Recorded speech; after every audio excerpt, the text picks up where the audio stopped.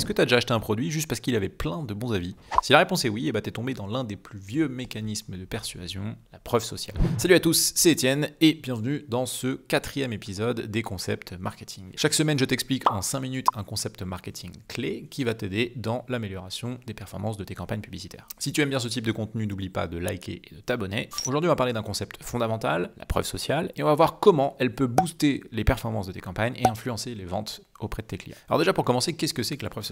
Alors c'est un terme qui a été popularisé par Robert Cialdini dans les années 80 dans son livre Influence et manipulation. En fait, ce que Cialdini il a montré, c'est que quand les gens ne sont pas sûrs de quoi faire, ils imitent ce que font les autres. En marketing, c'est ce qu'on appelle la preuve sociale, ou en d'autres termes, l'idée qu'un comportement est plus crédible quand on voit que d'autres l'adoptent. Alors pourquoi est-ce que c'est si puissant? Parce qu'en fait, les êtres humains, ils ont une peur innée de faire le mauvais choix. C'est pour ça qu'il y a autant de gens qui sont indécis. Et donc si beaucoup de personnes utilisent un produit ou recommandent une marque, et ben ça rassure les autres dans leurs décisions parce que ça minimise le risque qu'ils fassent un mauvais choix. On va prendre un exemple très simple. Imagine que tu cherches un restaurant, par exemple, japonais. Tu as d'un côté un restaurant japonais qui a l'air très bien, mais avec 2 ou 3 avis sur Google, et de l'autre côté, un autre restaurant japonais qui a l'air assez similaire en termes de prix et de propositions de nourriture, mais qui a plus de 300 avis positifs. Et même si le premier est peut-être meilleur que le second, et ben il y a de grandes chances que dans ta réservation, tu optes plutôt pour celui qui a le plus d'avis. Un autre exemple, qui est issu également des expérimentations de Cialdini et de Noah Goldstein, c'est quand ils ont étudié l'effet de la preuve sociale sur leurs clients dans un hôtel. En gros, leur objectif, c'était de comparer l'efficacité de différents messages pour convaincre les clients de l'hôtel de réutiliser leurs serviettes. Ce qu'ils ont fait, c'est qu'ils ont montré 2 panneaux différents à 2 groupes de personnes différents. Le premier panneau, il disait « Aider à sauver l'environnement en réutilisant vos serviettes », tandis que le deuxième panneau disait « Rejoignez vos compagnons dans leur effort pour sauver la planète ». Ce qu'ils ont observé, c'est que les personnes du groupe exposé au premier panneau réutilisaient en moyenne leurs serviettes 35,1% du temps, alors que les membres du groupe B réutilisaient leurs serviettes 44,1% du temps. Tout ça en introduisant simplement un élément de preuve sociale.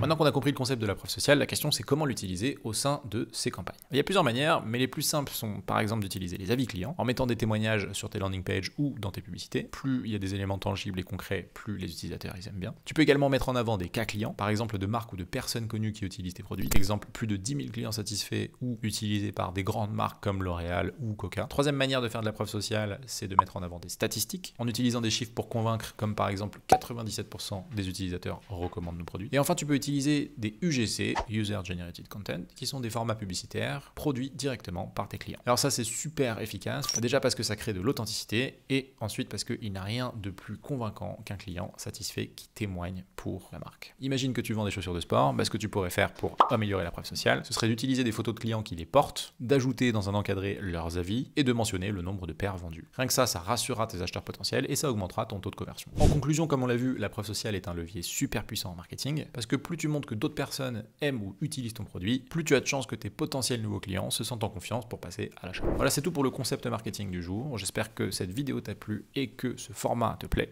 Si c'est le cas, n'hésite pas à liker, commenter et à t'abonner pour ne pas rater les prochaines vidéos. Et moi, je n'ai plus qu'à te dire à la semaine prochaine pour un nouveau concept marketing. C'était Étienne, ciao.